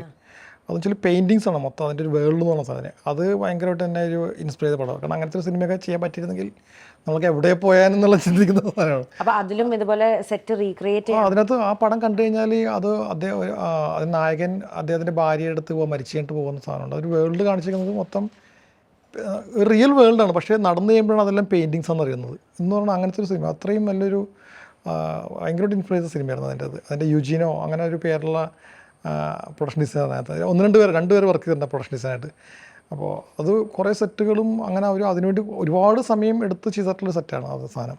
അതായത് നമ്മൾ കാണുന്ന ഇപ്പോൾ ഈ കാണുന്ന സാധനം പെട്ടെന്നൊരു നിമിഷം നമുക്ക് തൊട്ട് കഴിയുമ്പോൾ ഇത് പെയിൻറ്റ് കയ്യിലോട്ട് വരുന്നുണ്ടെങ്കിൽ, അല്ലെങ്കിൽ ഈ ഇരിക്കുന്ന കസേരയിൽ നിന്ന് പെയിൻറ്റ് വരുന്നുണ്ടെങ്കിലുള്ള സാധനമില്ല എന്ന് പറഞ്ഞ പോലെ അന്നത്തെ കാലഘട്ടത്തിൽ ഭയങ്കര മിറക്കുള്ള സാധനം ഉണ്ടായിട്ട് അത് ഭയങ്കരമായിട്ട് തന്നെ ഇൻഫ്ലുവൻസ് ചെയ്തിട്ടുണ്ട്. ഇപ്പോൾ ഈ റീക്രിയേഷൻ്റെ കാര്യം പറയുമ്പോഴാണ് കുറേ സാധനങ്ങൾ ഉണ്ടാക്കുന്നുണ്ടല്ലോ, ഈ സാധനങ്ങളൊക്കെ എന്നിട്ട് എന്താ ചെയ്യുക? അതായത് ഒന്നും നമ്മൾ സൂക്ഷിക്കാറുന്നത് കുറവാണ്. അപൂർവം ചില സാധനങ്ങൾ മാത്രം നമുക്ക് ഇത്തിരി നല്ല സാധനം തോന്നിക്കഴിഞ്ഞാൽ എടുത്ത് വെക്കും, വീണ്ടും ഉണ്ടാക്കണ്ടല്ലോ എന്ന് ഓർത്തിട്ട്. ബാക്കിയുള്ളത് നമുക്ക് കുറേ എല്ലാം നമ്മൾ ഏതെങ്കിലും ഇഷ്ടപ്പെട്ടിട്ട് സുവനിയർ ഒക്കെ ആയിട്ട് വീട്ടിൽ കൊണ്ടുപോകാറുണ്ടോ? ചില സാധനം ചെറിയ പ്രൊഡക്റ്റ് എടുത്ത് വെക്കും, ചെറിയ മേക്ക് ചെയ്തിട്ടുള്ള സാധനങ്ങളല്ല, നമുക്ക് അത്യാവശ്യം എടുത്ത് വെക്കാവുന്ന സാധനമൊക്കെ എടുത്ത് വെക്കാറ്. ആക്ടേഴ്സും അങ്ങനെ തന്നെ കൊണ്ടുപോകാറുണ്ട്, ചില ആൾക്കാർ അങ്ങനെ കൊണ്ടുപോകാറുണ്ട്. കാരണം ഞാൻ ഈ ക്ലോത്തിങ് ചെയ്യുന്ന, അതായത് ഡ്രസ്സിന്റെ ആ വിഭാഗത്തിലുള്ള ആൾക്കാർ പറഞ്ഞു കേട്ടിട്ടുണ്ട് എനിക്കിത് ഇഷ്ടപ്പെട്ടു ഞാൻ എടുക്കുവാന്നൊക്കെ പറഞ്ഞിട്ട് കൊണ്ടുപോകുന്നുണ്ട്. അതേപോലെ അങ്ങനെ കൊണ്ടുപോകാറുണ്ട് അല്ലേ? ഓക്കെ. അതേപോലെ തന്നെ ഞാൻ ചോദിച്ചാട്ടെ, ഇത്രയും കഷ്ടപ്പെട്ട് പുലിമുരുകന്റെ സെറ്റിന്റെ കാര്യം തന്നെ പറഞ്ഞു, നരന്റെ ആ ഒരു തടി കഷ്ണം, അങ്ങനെ ഇത്രയും കഷ്ടപ്പെട്ട് ഈ സാധനങ്ങളൊക്കെ ഉണ്ടാക്കി എന്നിട്ട് പിന്നെ ഇത് നമുക്ക് ആവശ്യമില്ലെങ്കിൽ നമ്മളിത് കളയാണല്ലോ ചെയ്യുന്നത്. ഒരു ആർട്ട് ഡയറക്ടർ എന്ന നിലയിൽ നിങ്ങൾ ഇത്രയും എഫേർട്ട് ഇട്ട് ചെയ്യുന്ന ഒരു സംഭവം കളയും, എങ്ങനെയാണത് ഫീൽ ചെയ്യുന്നത്? അല്ല, നമുക്ക് എനിക്ക് ആദ്യ കാലഘട്ടത്തിൽ ഓക്കെ ആയിരുന്നു, പ്രശ്നമായിരുന്നു. കാരണം നമ്മളുണ്ടാക്കുന്ന സെറ്റ് പൊളിച്ച് കളയാൻ നമ്മൾ കുറേ നോക്കിക്കൊണ്ടിരിക്കും. ചേട്ടാ ഇത്ര തന്നെ ഉണ്ടാക്കി. അപ്പോൾ ചിലപ്പോൾ നമുക്ക് ഒരു ദിവസമൊക്കെ ഷൂട്ട് ഉണ്ടാകത്തുള്ളൂ. ഉണ്ടാക്കാൻ നമ്മൾ എടുക്കുന്ന സമയം എന്ന് പറഞ്ഞാൽ ചിലപ്പോൾ ഒരു 2 ആഴ്ച 3 ആഴ്ചയൊക്കെ എടുത്തിട്ടൊക്കെ ഉണ്ടാക്കുന്നത്, അതിനുവേണ്ടി എടുത്ത സംഭവങ്ങൾ. അപ്പോൾ അങ്ങനെ വരുമ്പോൾ ആദ്യമൊക്കെ വിഷമം ഉണ്ടായിരുന്നു. പക്ഷേ പിന്നീട് അത് എൻ്റെ ജോലിയുടെ ഭാഗമാണെന്ന് മനസ്സിലാക്കിയപ്പോൾ അതൊന്നും ഇഷ്യൂള്ള സംഭവമല്ല. കാരണം നമുക്ക് അവിടെ നിന്ന് ക്ലിയർ കൊടുത്തേ പറ്റൂ. ഉടനെ ഇമ്മീഡിയറ്റ് ആയിട്ട് നമുക്ക് മാറ്റി കൊടുക്കുക. ചിലപ്പോൾ ഇന്ന് സെറ്റ് ചെയ്ത് കഴിഞ്ഞാൽ നാളെ അവിടെ വേറെ ടീം കയറുകയാണെങ്കിൽ ഇന്ന് തന്നെ പൊളിച്ചേ പറ്റൂ, പിന്നെ അത് നോക്കിയിട്ടിരിക്കാൻ പറ്റത്തില്ല. അപ്പോൾ അത് നമ്മുടെ ജോലിയുടെ ഭാഗമായി മാറി എന്ന് വന്നപ്പോഴത്തേക്ക് ആ വിഷമങ്ങളില്ല. പക്ഷെ എന്നാലും ചിലപ്പോൾ ചില സാധനങ്ങൾ നമുക്ക് ത്രൂ ഇട്ട് നമ്മുടെ കൂടെ നിൽക്കുന്ന സംഭവങ്ങളൊക്കെ ആണെങ്കിൽ, അതായത് ആദ്യം മുതലേ അവസാനം വരെയും ഒരു പ്രൊഡക്റ്റ് നമ്മളുണ്ട്, നമ്മളത് ഒരുപാട് സഹായിച്ചിട്ടുണ്ടെങ്കിൽ നമുക്ക് അതിനോട് ചിലപ്പോൾ സെൻറ്റിമെൻറ്റ് ഉണ്ടാകും, അല്ലെങ്കിൽ ആ സെൻറ്റിമെൻറ്റ് ഉണ്ടാകത്തില്ല. ഇപ്പം അങ്ങനെ ഒരു സെൻറ്റിമെൻറ്റൽ ഇല്ല അങ്ങനെ. ഓക്കെ. ഇപ്പോൾ ബിഗ് എംസിൻ്റെ കൂടെ വർക്ക് ചെയ്തിരുന്ന അതായത് മമ്മൂട്ടി ആൻഡ് മോഹൻലാൽ രണ്ടുപേരുടെയും കൂടെ വർക്ക് ചെയ്യുമ്പോൾ എങ്ങനെയാണ് ആ ഒരു അനുഭവം പറഞ്ഞുതരാം? രണ്ടുപേരും എന്താ പറയുക, രണ്ടും രണ്ട് ധ്രുവങ്ങളിലേക്ക് ആൾക്കാരല്ലേ. പക്ഷേ എനിക്ക് തോന്നുന്നു വെച്ചാൽ ലാലേട്ടൻ കുറച്ചും കൂടി നമ്മൾ അടുത്ത് നിന്നിട്ട് ഇത് ചെയ്യുന്ന ആളാണ്, കൂടെ നിന്നിട്ട് സംഭവം ചെയ്യുന്നത്. പക്ഷേ മമ്മൂക്ക അങ്ങനെയല്ല, മമ്മൂക്ക അകലെ നിൽക്കുന്നുള്ളതല്ല, മമ്മൂക്ക പറയാനുള്ള കാര്യം അപ്പം തന്നെ പറഞ്ഞു കളയും. അതെന്ന് പറഞ്ഞ സംഭവം അത് സീരിയസ് ആയിട്ട് ചിലപ്പോൾ പറയണത് തന്നെ. അപ്പോൾ പക്ഷേ മമ്മൂക്കയുടെ ഒരു അംഗീകാരം കിട്ടുന്നത് പറഞ്ഞാൽ ഏറ്റവും വലിയ സംഭവമാണ്. അപ്പോൾ എനിക്ക് തോന്നിക്കണമെന്ന് വെച്ചാൽ മമ്മൂക്കയോടൊപ്പം ഞാൻ പട്ടാളം വർക്ക് ചെയ്യുന്ന സമയത്ത് ഞങ്ങൾ ഒരു വില്ലേജ് സെറ്റിട്ടുണ്ടായിരുന്നു. ഒരു എന്താ മണിപ്പൂർ വില്ലേജ്, മണിപ്പൂർ അങ്ങനത്തെ സ്ഥലമായിട്ട് നാഗാലാൻഡ്. അപ്പോൾ പുള്ളി ഒരു പുഴ കടന്ന് അപ്പുറത്തൊന്ന് സെറ്റാക്കി കണ്ടിട്ട് ഇതെന്താ ഉണ്ടാക്കുന്നത്, ഇതാണോ നിങ്ങൾ സെറ്റ്? അപ്പോൾ ഞാൻ ഓർത്ത് പണി കിട്ടി, ഫസ്റ്റ് പോയാലത്. അപ്പോൾ പുല്ലൊക്കെ കിട്ടുമ്പോൾ ഡെക്കറേറ്റ് സാധനം വെച്ചൊക്കെയാണ് പക്ക നാഗാലാൻഡ് മൂടുണ്ട്. ഞാൻ ഇങ്ങനെ മിണ്ടാണ്ടിരിക്കുക. അപ്പോൾ കൊള്ളാം, നന്നായിട്ട് കേട്ടോ. ഇതാണ് അദ്ദേഹത്തിൻ്റെ രീതി. പക്ഷേ ഉള്ളിന്ന് പറയുന്നതാണ് സംഭവം. അപ്പോൾ ആദ്യം പറയുന്നത് നമ്മളൊന്ന് ഇതിയൊക്കെ വേണ്ടിയാണ്, പക്ഷേ അങ്ങനെ സംഭവം. ലാലേട്ടൻ നേരെ തിരിച്ചാണ്. ലാലേട്ടനാണെങ്കിൽ അങ്ങനെ സെറ്റ് നന്നായിട്ടൊന്നും പറയുന്നില്ല, പക്ഷേ നമുക്കറിയാൻ പറ്റും പുള്ളി അവിടെ ആ സെറ്റിലേക്ക് ഇൻവോൾവ്, പുള്ളി വിളിച്ചിട്ട് മോനെ സെറ്റ് കൊള്ളാട്ടോ നന്നായിട്ട് അങ്ങനെയൊന്നും പറയത്തില്ല. പക്ഷേ പുള്ളിനകത്ത് ഇൻവോൾവ് ആവും, നമുക്ക് മനസ്സിലാവും ആ സ്ഥലത്തോട്ട് വന്നിട്ട് അഭിനയിക്കുന്ന രീതികളും. അല്ലാണ്ട് അപ്പോൾ പുള്ളിക്കത് ഇത് സാധനം പുള്ളിക്ക് ഇഷ്ടപ്പെട്ടിട്ടുണ്ട് എന്ന് നമുക്ക് മനസ്സിലാകുന്നത് പുള്ളിയുടെ അഭിനയത്തിൽ നിന്നാണ് നമുക്ക് മനസ്സിലാകുന്നത്. ആ പുള്ളി ഇത് ഇൻവോൾവ് ആവും ഭയങ്കരമായിട്ട് ആ വീട്ടിലോട്ടും സംഭവം. ഇപ്പോൾ മാടമ്പി എന്ന് പറഞ്ഞ സിനിമ ചെയ്യുമ്പോഴത്തേക്കും അദ്ദേഹം ചെയ്തിട്ടുള്ള ഒരുപാട് സിനിമ ചെയ്തിട്ടുള്ള സ്ഥലമാണ് വരിക്കശ്ശേരി മന. വരിക്കശ്ശേരി മനയിൽ ഹൈലി ഭയങ്കര പ്രബുദ്ധമായിട്ടുള്ള സിനിമകൾ പുള്ളി ചെയ്തിട്ടുള്ള, രാജകീയമായിട്ടിരുന്ന് വർക്ക് ചെയ്യുന്ന സിനിമ ചെയ്തിട്ടുള്ള സ്ഥലത്താണ് മാടമ്പി ചെയ്യുന്നത്, അതേ സ്ഥലത്ത്. അപ്പോൾ മാടമ്പിയിൽ ഇദ്ദേഹത്തിൻ്റെ ക്യാരക്ടർ പിശുക്കനായിട്ടുള്ള അദ്ദേഹമാണ്. അപ്പോൾ ആ വീടിനെ നമുക്ക് ഓൾട്ടർ ചെയ്യുന്ന പകരം ഞാൻ നേരെ ഡയറക്ടർ പറഞ്ഞാൽ ഈ വീട് നമുക്ക് മാക്സിമം മോശമായിട്ട് കാണിക്കാം, കാരണം ഒരു പിശുക്കനായ ആളായതുകൊണ്ട് മെയിൻറ്റെയിൻ ചെയ്യത്തില്ല. അപ്പോൾ മാക്സിമം മോശമായിട്ട് കാണിക്കാം, പെയിൻറ്റ് ചെയ്യാതെ കിടക്കുന്നു, മെയിൻ്റെനൻസ് ചെയ്യാതെ, ഓടിൽ വെള്ളം ഉണ്ടെങ്കിൽ അത് ലീക്കേജ് മാറ്റാൻ നടക്കുന്നത്, അങ്ങനെയുള്ള സ്ഥലത്തിലേക്ക് നമ്മൾ കൺവേർട്ട് ചെയ്തു. അങ്ങനെയാണ് അമ്മക്കാരുടെ സാധനം കാണുമ്പോഴത്തേക്കും വെള്ളം വീഴുന്നതും താഴേക്ക് പാത്രമൊക്കെ വെച്ചാൽ കാണാം, അങ്ങനത്തെ ഒരു സാധനം വെച്ചാൽ. അപ്പോൾ ഈ ഒരു വീഡിയോ കണ്ടപ്പോഴത്തേക്കും ലാലേട്ടന് വേണ്ടിയിട്ട് ഇത് ഞങ്ങൾ കുറേ സാധനം, അപ്പോൾ അന്ന് പുള്ളി പറഞ്ഞിരുന്നു കുറേ സിനിമകൾ ചെയ്തിട്ടുണ്ട്, പക്ഷേ ഇത് വേറെ ആക്കിയല്ലോ എന്ന് പറഞ്ഞ്. കാരണം അതിനകത്ത് മോഡിഫിക്കേഷൻ വന്നേക്കണില്ല, ആ ക്യാരക്ടറിലേക്ക് നമ്മൾ ആ സെറ്റിൽ കൊണ്ടുവന്നപ്പോഴും അദ്ദേഹം അതുപോലെ അങ്ങോട്ട് ഇൻവോൾവ് ആയി എന്ന് പറഞ്ഞ സാധനം. അപ്പോൾ ക്യാരക്ടറായിട്ട് പെട്ടെന്ന് സെറ്റിലോട്ട് വരുമ്പോൾ ലാലേട്ടൻ മാറും. അപ്പോൾ അങ്ങനെ രണ്ടുപേരും രണ്ട് കാറ്റഗറിയാണ്, പക്ഷേ രണ്ട് ബ്രില്യൻ്റ് ആയിട്ടുള്ള, അവരോട് വർക്ക് ചെയ്യാൻ പറ്റുന്നത് വലിയൊരു സംഭവമല്ലേ. ഉറപ്പായിട്ടും. ലാൽ സാറിൻ്റെ കാര്യം പറഞ്ഞപ്പോൾ എനിക്ക് തോന്നുന്നു ലാൽ സാറിൻ്റെ പേഴ്സണൽ ലൈഫിലും ഒരു ഡെക്കറേറ്റീവ് ഒരു ആർട്ട് ഡയറക്ടർ എന്നുള്ള രീതിയിൽ ഒരു സംഭാവന ചെയ്തിട്ടുണ്ട്. അതെ, എനിക്ക് തോന്നുന്നത് ലാലേട്ടൻ നല്ലോണം അത്യാവശ്യം ലാലേട്ടൻ വരക്കും കേട്ടോ. ലാലേട്ടൻ വരക്കും, എഴുതും, അങ്ങനെയൊക്കെ ചെയ്യുന്ന ആളാണ്. എനിക്ക് ഒളിമ്പ്യൻ അന്തോണി മുതൽ അറിയാവുന്ന അദ്ദേഹത്തിൻ്റെ സംഭവങ്ങൾ. അപ്പോൾ ഈ ആറാട്ട് എന്നുള്ള സിനിമ ചെയ്യുന്ന സമയത്താണ് ലാൽ സാർ എന്നോട് പറഞ്ഞു അങ്ങനെ ഒരു സാധനം എനിക്ക് വീട്ടിൽ വേണം എന്നുള്ളത്. ഞങ്ങൾ വീട് പണിയുന്നുണ്ട്, ഫ്ലാറ്റ്. അപ്പോൾ എന്താ വെച്ചാൽ പറഞ്ഞൊരു അക്വേറിയം പോലെ സാധനമാണ് അത്. എൻ്റെ ഡിസൈനറോട് പറഞ്ഞിട്ട് പുള്ളിക്കത് അങ്ങനെ പുള്ളിക്ക് ഒബ്സർവ് ചെയ്യാൻ പറ്റുന്നില്ല. അപ്പോൾ അത് അവർക്ക് പറ്റാത്തതുകൊണ്ടൊന്ന് നോക്കാൻ വേണ്ടി വെച്ചു. അപ്പോൾ ഞാൻ എന്താണെന്ന് വെച്ചാൽ എന്നോടൊരു ഐഡിയ പറഞ്ഞു. അപ്പോൾ ഞാൻ തിരിച്ച് ഐഡിയ കേട്ടപ്പോൾ ഉടനെ വരച്ച് കാണിച്ചു കൊടുത്തു. ഇങ്ങനെയാണോ ഒരു ഡ്രിഫ്റ്റൊക്കെ വെച്ചിട്ടുള്ള, അദ്ദേഹത്തിന് വലിയ ഡ്രിഫ്റ്റ് വേണം, അത് ഗ്ലാസ് ക്യാബിനകത്ത് ഇരിക്കണം, അതിനകത്ത് മിസ്റ്റ് വരണം, പിന്നെ എന്താ പറയുക റെയിൻസ് വരണം എന്നൊക്കെ പറഞ്ഞ സാധനം. ഇപ്പോൾ ഞാനൊരു സാധനം വരച്ച് കാണിച്ചു കൊടുത്തു. ഇത് തന്നെ ഉദ്ദേശിച്ചത്. അപ്പോൾ അങ്ങനെയാണ് ഒരു ഡ്രിഫ്റ്റോറിയം എന്ന് പറഞ്ഞ സാധനം ഉണ്ടാക്കാനായിട്ട് തീരുമാനിച്ചു.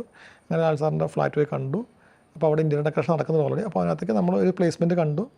അദ്ദേഹത്തിൻ്റെ സ്ഥലത്ത് ഒരു പേഴ്സണൽ പ്രൈവറ്റ് സ്പേസ് ഉണ്ട്, അവിടെയാണ് ഈ സാധനം വെച്ചത്. ഒരു എനിക്കൊന്ന് 8x8 സൈസേ ഉള്ളൂ ആക്ച്വലി. അപ്പോൾ അതിന് വേണ്ടിയിട്ട് നമ്മളൊരു മാജിക് ഐപെറ്റ്സ്മെൻറ്റ് എൻ്റെ ഒരു ബ്രദറിൻ്റെ ഒരു സ്ഥാപനമുണ്ട്. അപ്പോൾ അതുകൊണ്ട് കൊളാബ് ചെയ്തുകൊണ്ട് ഞാൻ ഡിസൈൻ കൊടുത്ത് അവർ കൊണ്ട് ചെയ്യിപ്പിച്ചു. അങ്ങനെയാണ് ആ ഒരു ഡിസൈൻ അവിടെ ഒരു പ്രാവർത്തികമാക്കിയത്. അങ്ങനെ ഒരു ഡിഫ്റ്റോറിയം പുള്ളിക്ക് ചെയ്ത് കൊടുത്തായിരുന്നു. അടിപൊളി. സർ, ഒഡയോൻ്റെ കാര്യം പറയുമ്പോൾ എങ്ങനെയാണ് ഒഡയോൺ സിനിമ ചെയ്തതിൻ്റെ ഒരു art director perspective? Odiyan cinema actually ഞാൻ നേരത്തെ പറഞ്ഞ പോലെ ഒഡയോൺ സിനിമ എൻ്റെ ലൈഫിൽ ഭയങ്കരമായിട്ട് എൻ്റെ വർക്കിനെ എനിക്ക് ബൂസ്റ്റ് ചെയ്യാൻ പറ്റിയ സിനിമയാണ് ഒഡയോൺ എന്ന് പറഞ്ഞ സിനിമ. കാരണം ഓരോ പ്രോപ്പർട്ടി നമുക്ക് ഉണ്ടാക്കണമായിരുന്നു. അപ്പോൾ കഥാപരമായിട്ട് പറയുന്നതിനേക്കാളുപരി ഡയറക്ടർക്ക് ഓരോ സാധനങ്ങളും പ്രത്യേകമായിട്ടുള്ള സാധനങ്ങൾ വേണം. ഇവൻ ഒരു കട്ടിൽ പോലും അതിനുവേണ്ടി വെക്കുന്ന സാധനം നമ്മൾ ഉണ്ടാക്കിയത്, കട്ടിൽ പോലും റെൻറ്റിന് എടുക്കാതെ സപ്രപഞ്ച കട്ടിൽ നമ്മൾ ഉണ്ടാക്കി. ഒരു സപ്രപഞ്ച കട്ടിലുള്ള വീട്ടിൽ പോയി കണ്ട് അതിൻ്റെ അളവെടുത്ത് എക്സാക്റ്റ് അതേ അളവിൽ നമ്മൾ വേറൊരു കട്ടിലുണ്ടാക്കി ആ കട്ടിനകത്താണ് ക്യാരക്ടർ കിടന്നത്. പിന്നെ വീടിൻ്റെ വാതിക്ക് നമ്മൾ ഒന്ന് എക്സ്റ്റെൻഡ് ചെയ്തായിരുന്നു. പിന്നീട് ഈ കഥയിൽ ഒരു വീടിൻ്റെ മുമ്പിൽ തന്നെ ഒരു പ്ലാവുണ്ട്. ഈ പ്ലാവിൽ പുള്ളി എല്ലാ ദിവസവും കഞ്ഞിവെള്ളം ഒഴിച്ച് വളർത്തുന്നുണ്ട്. അപ്പോൾ മക്കൾക്കാരെ കൂടുതൽ പുള്ളി ഇഷ്ടപ്പെടുന്ന ഈ ക്യാരക്ടറിനെ. അപ്പോൾ നമ്മൾ ആദ്യം ഈ പ്ലാവുള്ള വീട് തപ്പിയിടുന്നത്, എങ്ങും പ്ലാവുള്ള വീട് കിട്ടുമ്പോൾ വീട് കറക്റ്റായിട്ട് കിട്ടുന്നില്ല, ഇനി വീട് കിട്ടുമ്പോൾ പ്ലാവും കിട്ടില്ല, നേരത്തെ പറഞ്ഞ പ്രശ്നമാണ്. ഇങ്ങനെ അന്വേഷിച്ച് വന്നപ്പോഴാണ് അവസാനം പാലയിൽ കാഞ്ഞിരപ്പള്ളിക്കടുത്തായിട്ട് സ്ഥലത്ത് ഒരു വീട് കണ്ട്. വീട് കൊള്ളാൻ നല്ല ഭംഗിയുണ്ട്, പക്ഷേ പൂമുഖമില്ല, പൂ നമുക്ക് പിന്നെയും എക്സ്റ്റെൻഡ് ചെയ്യാം, പക്ഷേ പ്ലാവില്ല. അപ്പോൾ എന്ത് ചെയ്യും? അപ്പോൾ നോക്കുമ്പോൾ അവിടെ ഒരു പന നിൽപ്പുണ്ട്, വലിയ മറ്റേ കുടപ്പന എന്ന് പറയുന്ന സാധനം, ആനക്കൊക്കെ തീറ്റ കൊടുക്കുന്ന പനയാണ്. അപ്പോൾ സാർ ഞാൻ പനയാണല്ലോ, അപ്പോൾ എന്ത് ചെയ്യും? പ്ലാവ് എന്ത് ചെയ്യാം? ഞാൻ സാധനം കഴിഞ്ഞാൽ പന നമുക്ക് പ്ലാവാക്കാം, അതെങ്ങനെ ആക്കും? നമുക്ക് നോക്കി ചെയ്യാമെന്ന് പറഞ്ഞു. അങ്ങനെ ഒരു പ്ലാവിനെ ഉണ്ടാക്കി, പകുതിയോളം വീടിൻ്റെ ഹൈറ്റിലേക്ക് നമ്മൾ ഈ പനയെ മാറ്റിയിട്ട് പ്ലാവാക്കി. പ്ലാവ് ഉണ്ടാക്കിയിട്ട് അവിടെ ചക്കയൊക്കെ കയറ്റി വെച്ച്, ചക്കയൊക്കെ ഉണ്ടാക്കി വെച്ചിട്ട്, അപ്പോൾ ഒരു വൈഡ് ഫ്രെയിം വന്നു കഴിഞ്ഞാൽ പകുതി പ്ലാവും പിന്നെ പനയായിരിക്കും. അപ്പോൾ അങ്ങനെ അവിടെ ആ സാധനം ഉണ്ടാക്കി. പിന്നെ ആ സിനിമയിൽ ത്രൂ ഔട്ട് ഓരോ സ്ഥലത്തും, ഇപ്പോൾ നമ്മൾ പൊള്ളാച്ചിയിലാണ് ഇതിൻ്റെ കൃഷിയിടം കാണിച്ചിരിക്കുന്നത്. അത് പാറയുള്ള സ്ഥലമാണ്. അപ്പോൾ പാറ കുത്തി നമ്മൾ കുറച്ച് കുത്തി വരുമ്പോഴേക്കും പിന്നെ പാറയായിരിക്കും, പിന്നെ പറ്റത്തില്ല, അടക്കും, അടുത്തടുത്ത് ഇങ്ങനെ കുഴി കുത്തിയിട്ടാണ് സ്ഥലം ഉണ്ടാക്കിയിരിക്കുന്നത്. അപ്പോൾ ആ പടത്തിനകത്ത് അവിടെ ഷൂട്ട് ചെയ്തിട്ടുണ്ട്. പിന്നീട് കരിങ്കൽ കോറി ഷൂട്ട് ചെയ്തിരിക്കുന്നത് കുന്നംകുളത്താണ്. അപ്പോൾ കോറിയുടെ നടുക്ക് ഒരു മതിൽ കെട്ടണമായിരുന്നു, ഒറ്റ ദിവസം കൊണ്ട് ചെയ്യണമായിരുന്നു. അപ്പോൾ സാധാരണഗതിയിൽ ഈ സിനിമ ഷൂട്ട് ചെയ്യുമ്പോഴത്തേക്കും നമ്മൾ മതിൽ കെട്ടുന്ന സീൻ ഉണ്ടെങ്കിൽ മതിൽ കെട്ടിയിട്ട് അതിൽ പൊളിക്കുന്ന സീനുണ്ടേ. അപ്പോൾ നമ്മൾ സാധാരണ എന്താ പറയുക വെച്ചാൽ, നമുക്ക് കെട്ടിയ സീൻ എടുത്തതിന് ശേഷം പൊളിക്കുന്നെടുക്കാമെന്ന് പറയും. പുള്ളി നേരെ ഓപ്പോസിറ്റാണ്, നമുക്ക് ആദ്യം പൊളിക്കുന്നെടുക്കാം എന്നിട്ട് കെട്ടിയൊക്കെ മതി. അപ്പോൾ ഇങ്ങനെയാണ് ആ പടത്തിനകത്ത് മൊത്തം ത്രൂ ഔട്ട് നമുക്ക് പോയിരിക്കുന്ന ഒരു വെല്ലുവിളി തന്നെയായിരുന്നു. ഞാൻ നേരത്തെ പറഞ്ഞ പോലെ അദ്ദേഹം ഉപയോഗിക്കുന്ന 2-3 പ്രാവശ്യം റീഡിസൈൻ ചെയ്ത് റീസെറ്റ് ഇടുന്നു. അതെ. അപ്പോൾ ഇപ്പോഴത്തെ കാലഘട്ടത്തിൽ നമുക്ക് അത് ഈസി ഇതാണെന്ന് വേണ്ടി ഇങ്ങനെ ചെയ്യിക്കും. പക്ഷെ അന്ന് ഡയറക്ടർ പറയുന്നതാണ് ഫൈനൽ വാക്ക്. അപ്പോൾ അതുകൊണ്ട് നമുക്കത് ഫോളോ അപ്പ് ചെയ്യാൻ പറ്റും. അതിന് കാരണങ്ങളുണ്ടാവാം, അദ്ദേഹത്തിൻ്റെ അദ്ദേഹത്തിൻ്റെ മനസ്സിലത് അതിന് കാരണങ്ങളുണ്ടാവാം. ചിലപ്പോൾ ക്യാരക്ടർ വൈസ് അതായിരിക്കും ബെറ്റർ വരുന്നത് ചെയ്യുമ്പോഴത്തേക്കും, ഒരു ക്യാരക്ടറിലേക്ക് ഒരാളുണ്ടാക്കുമ്പോഴത്തേക്കും. അപ്പോൾ അങ്ങനെ ആ സിനിമയിൽ ഇവരുടെ വീട്ടിലുള്ള പ്രോപ്പർട്ടീസുകളും ഇവർ ഉപയോഗിക്കുന്ന പ്രോപ്പർട്ടീസുകളും അതേപോലെ ഇവർ കൊണ്ടുനടക്കുന്ന സാധനങ്ങളെല്ലാം നമ്മൾ റിയലായിട്ട് ഉണ്ടാക്കിയിട്ടുണ്ട്. അപ്പോൾ ഉദയൻ എന്ന് പറഞ്ഞ സിനിമ എൻ്റെ കരിയറിൽ എനിക്ക് ഭയങ്കരമായിട്ട് എൻ്റെ കരിയറിനെ ഡെവലപ്പ് ചെയ്യാൻ വേണ്ടിയിട്ട് ഇൻഫ്ലുവൻസ് ചെയ്തിട്ടുള്ള സിനിമയായിരുന്നു ഉദയൻ. സാർ ഉണ്ടാക്കിയതിൽ ഏറ്റവും ഡിഫിക്കൽട്ടായിട്ടുള്ളത്, അല്ലെങ്കിൽ ഏറ്റവും ഡിഫിക്കൽട്ടായിട്ടുള്ള ഒരു കാര്യം, ഏറ്റവും ഈസി ആയിട്ടുള്ള ഒരു വസ്തു എന്തായിരിക്കും? സെറ്റാണോ അതോ എന്തെങ്കിലും എന്താ ഉദ്ദേശിച്ചത്? ഒരു ആർട്ട് ഡയറക്ടർ എന്നുള്ള നിലയിൽ, ഒരു പ്രൊഡക്ഷൻ ഡിസൈനർ എന്നുള്ള നിലയിൽ ഏറ്റവും എളുപ്പത്തിൽ ഉണ്ടാക്കാൻ പറ്റുന്ന ഏറ്റവും ടഫായിട്ടുള്ള ഒരു ഭാഗം ഏതായിരിക്കും? എനിക്ക് തോന്നുന്നു വെച്ചാൽ എനിക്ക് ഏറ്റവും പെട്ടെന്ന് ഉണ്ടാക്കാൻ പറ്റിയ സാധനം, അത്യാവശ്യം ആൾക്കാരെ കണ്ടിട്ടുള്ള സാധനം തന്നെ മീശമാതാനുള്ളൊരു ബൊക്കെയായിരുന്നു എനിക്ക് ഏറ്റവും കൂടുതൽ പെട്ടെന്ന് ഉണ്ടാക്കാൻ. കാരണം ആ സമയത്ത് പെട്ടെന്നാണ് കുരുവിയെ കണ്ടില്ല എന്ന പാട്ട് പറയുമ്പോഴത്തേക്കും ഡയറക്ടർ ലാൽ ജോസ് അവിടെ ഒരു ബൊക്ക വരാൻ പറഞ്ഞത്. അപ്പോൾ അവിടെ നിന്ന് ഇതിന് ബൊക്ക, അപ്പോൾ നമ്മുടെ മനസ്സിൽ ബൊക്ക എന്ന് പറയുമ്പോൾ ഉടനെ ഫ്ലവർ പൂക്കളും സാധനമുള്ള മനസ്സിൽ വരത്തുള്ളൂ. അപ്പോൾ അങ്ങനെ എടുത്ത് പോകണമെന്നുണ്ടെങ്കിൽ അവിടെ നിന്ന് 10-40 കിലോമീറ്റർ പോകണം നമുക്ക് ഷൂട്ട് ചെയ്യുന്ന സ്ഥലത്ത് നിന്ന് ഈ പൂ വാങ്ങാൻ പോകാൻ. അവിടെ ഞാൻ പൂ കിട്ടുമോ എന്നൊക്കെ അറിയാൻ പാടില്ല. അങ്ങനെ വെച്ചപ്പോൾ തന്നെ പെട്ടെന്ന് നോക്കുമ്പോൾ അവിടെ കുറേ പുല്ലും പിന്നെ തെങ്ങിൻ്റെ കൊതുമ്പുകളും പിന്നെ തൊട്ടവാടിയുടെ പൂക്കളൊക്കെ ഉണ്ട്. അപ്പോൾ അതെല്ലാം കൂട്ടി ചെയ്തുകൊണ്ട് ഡ്രൈ ഫ്ലവർ പോലെ സാധനം ഉണ്ടാക്കി കൊടുത്തപ്പോൾ അത് ആ ലൊക്കേഷൻ്റെ എല്ലാം ബ്ലാക്ക് കളറുള്ള മരങ്ങളാണ്. അപ്പോൾ അത് ഭയങ്കരമായിട്ട് മാച്ച് ചെയ്തു.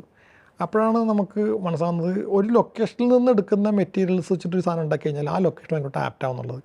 അങ്ങനെ ആണ് ഒരു ബൊക്കെ പെട്ടെന്ന് ഉണ്ടാക്കിയാണ് എന്നെ ഈസി ആയിട്ട് ഉണ്ടാക്കിയ സാധനം. ഏറ്റവും എളുപ്പം ഉണ്ടാക്കാൻ ബൊക്കെയാണെന്നുള്ളതല്ല, പക്ഷെ എനിക്ക് ആ സിനിമയിൽ അതായിരുന്നു ഞാൻ പറഞ്ഞത്. അല്ലാണ്ട് എളുപ്പം എന്ന് പറഞ്ഞാൽ നമുക്ക് ഇപ്പോൾ ചിലപ്പോൾ ചില സാധനം ചോദിക്കുമ്പോൾ പെട്ടെന്ന് നമുക്ക് ചെയ്യാൻ പറ്റുന്ന സാധനങ്ങൾ ഉണ്ടാവാം. അത് സെറ്റിൻ്റെ റിക്വയർമെൻറ്റ്സ് ആണ്.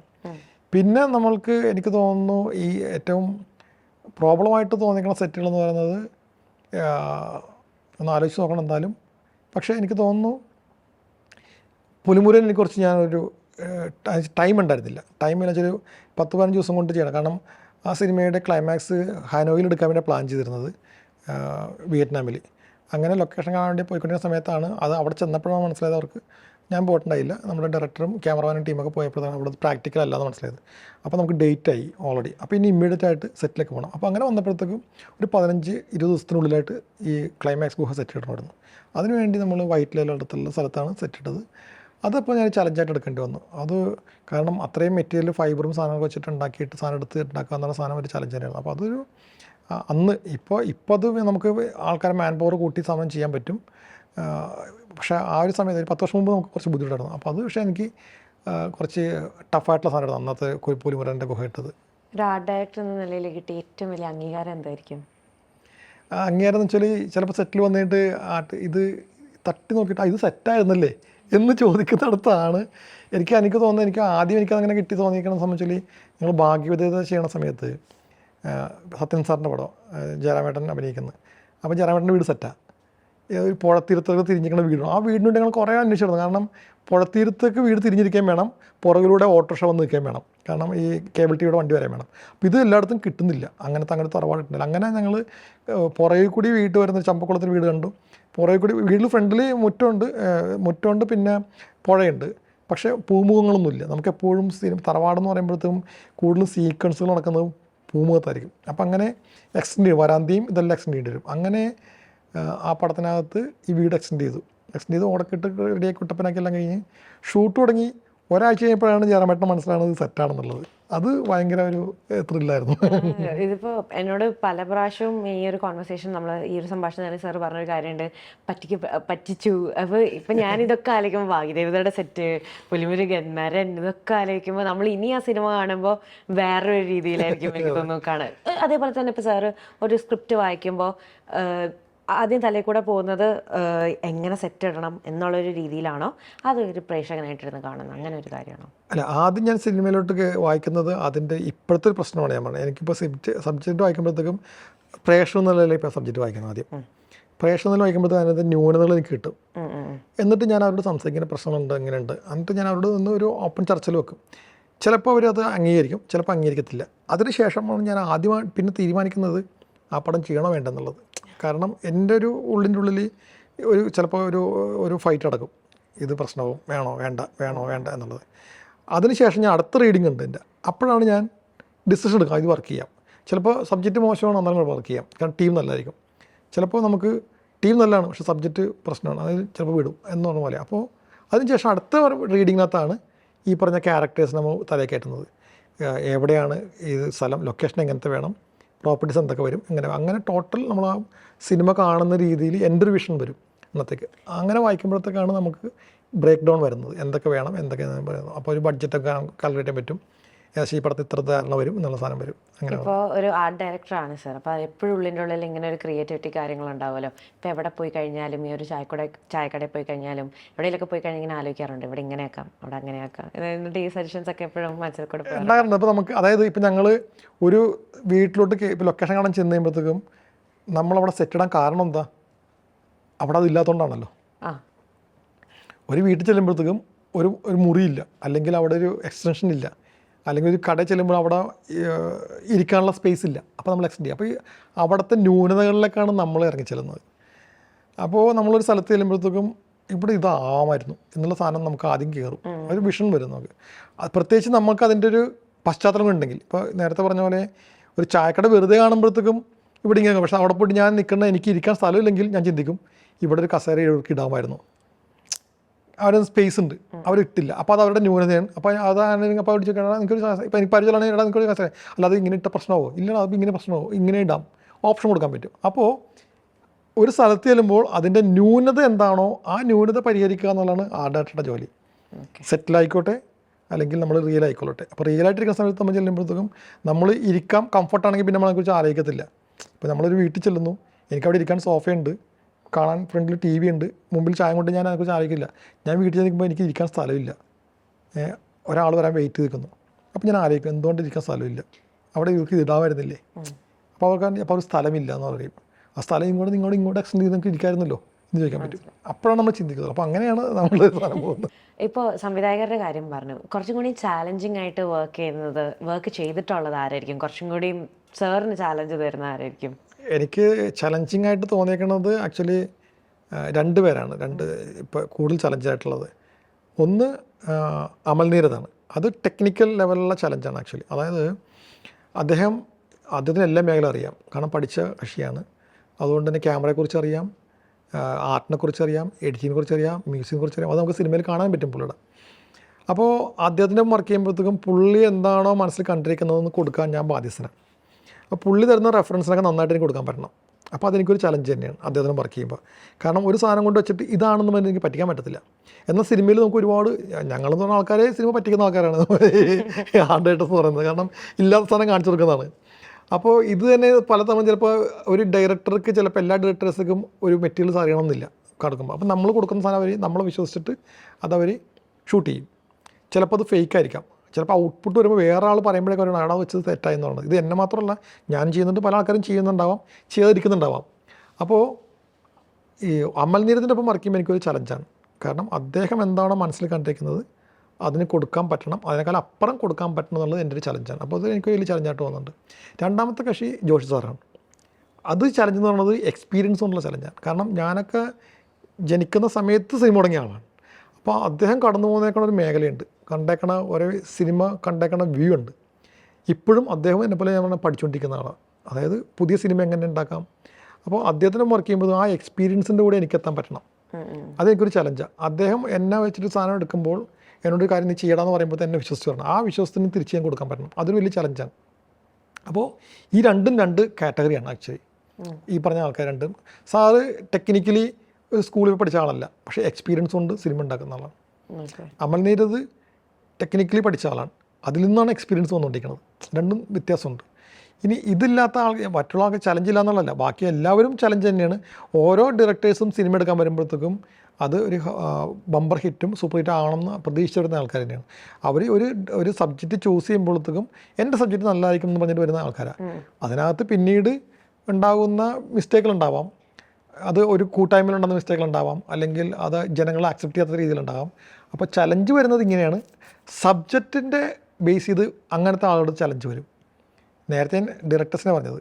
പിന്നെ ചലഞ്ച് വരുന്നത് അവരുടെ അടുത്തേക്ക് സബ്ജക്റ്റുകൾ ഇപ്പോൾ നമുക്ക് ചലഞ്ചുള്ള സാധനമുണ്ട്. അപ്പോൾ നേരത്തെ പറഞ്ഞാൽ വൈശാൻ്റെ ഒപ്പം വർക്ക് ചെയ്യുമ്പോഴത്തേക്കും എനിക്ക് സീനിയേഴ്സോ മല്ലു സിംഗോ ഒന്നും ചലഞ്ചല്ല, കാരണം അതൊരു കൊമേഴ്ഷ്യൽ സിനിമ. പക്ഷേ പുലുവിലും വന്നപ്പോഴത്തേക്കും അത് ചലഞ്ചാണ്. അപ്പോൾ അങ്ങനെ വരുമ്പോഴത്തേക്കും സബ്ജക്റ്റ് വെച്ച് നോക്കുമ്പോൾ ചില ഡയറക്ടേഴ്സ് നമുക്ക് വർക്ക് ചെയ്യാൻ ചലഞ്ച് വേണ്ടി വരും. കോമൺ ആയിട്ട് ഞാൻ നേരത്തെ പറഞ്ഞതിനാണ് ചലഞ്ചായിട്ട്. ക്യാരക്ടേഴ്സിനേക്കാളും കൂടുതൽ അപ്പോൾ കഥയാണ് ഒരു പരിധിവരെ. ഒരു പരിധിയല്ല, കഥ തന്നെയാണല്ലോ. ക്യാരക്ടേഴ്സിന് എപ്പോഴും എന്താ പറയുക, ഇപ്പം മമ്മൂക്ക, മോഹൻലാൽ എന്ന് പറയുന്ന അഭിനേതാക്കളെ നമ്മൾ ഒരുപാട് കണ്ടിട്ടുണ്ട്, വർഷങ്ങളെ കണ്ടുകൊണ്ടിരിക്കുക, 80കളിൽ കണ്ടുകൊണ്ടിരിക്കുക. അവരെന്താണെന്ന് മലയാളികൾക്ക് അറിയാം. അവരെത്രത്തോളം നല്ലത് ചെയ്താലും മോശം ചെയ്താലും അവരെന്താണെന്നുള്ള എല്ലാവർക്കും അറിയാവുന്നതുകൊണ്ട് അവരുടെ ഒരു പടം ഫേക്ക് പൊട്ടിപ്പോയാലും അവർക്കൊന്നും സംഭവിക്കാൻ പോകുന്നില്ല. കാരണം അവരെന്താണെന്ന് നമുക്കറിയാം. അപ്പോൾ എന്തുകൊണ്ടത് മോശമായി, അത് കൊടുത്ത ആളുകളുടെ പ്രശ്നമോ സബ്ജക്റ്റിൻ്റെ പ്രശ്നമോ ആയിരിക്കാം, അല്ലെങ്കിൽ അവർ ചൂസ് ചെയ്തതിൻ്റെ പ്രശ്നങ്ങളായിരിക്കാം. ഞാൻ നമുക്ക് മോഹനെ ഉദ്ദേശിച്ചില്ല, ഏത് ആർട്ടിസ്റ്റ് ആണെങ്കിലും എല്ലാവരും നല്ല കലാകാരന്മാരാണ്. പക്ഷേ അവർ ആ സമയത്ത് ചൂസ് ചെയ്യുന്ന സബ്ജക്റ്റ് ചിലപ്പോൾ പ്രശ്നം. അപ്പോൾ എപ്പോഴും ആർട്ടിസ്റ്റിനേക്കാളും കൂടുതൽ ഇമ്പോർട്ടൻറ്റ് സബ്ജക്റ്റ് തന്നെയാണ്. സബ്ജക്റ്റ് എന്താണോ റിക്വയർമെൻറ്റ്സ് അതിനനുസരിച്ചിട്ടായിരിക്കണം നമ്മളെല്ലാവരും വർക്ക് ചെയ്യേണ്ടത്. അത് ചലഞ്ചായിട്ട് എടുത്തു കഴിഞ്ഞാൽ നമുക്ക് ഓക്കെയാണ്.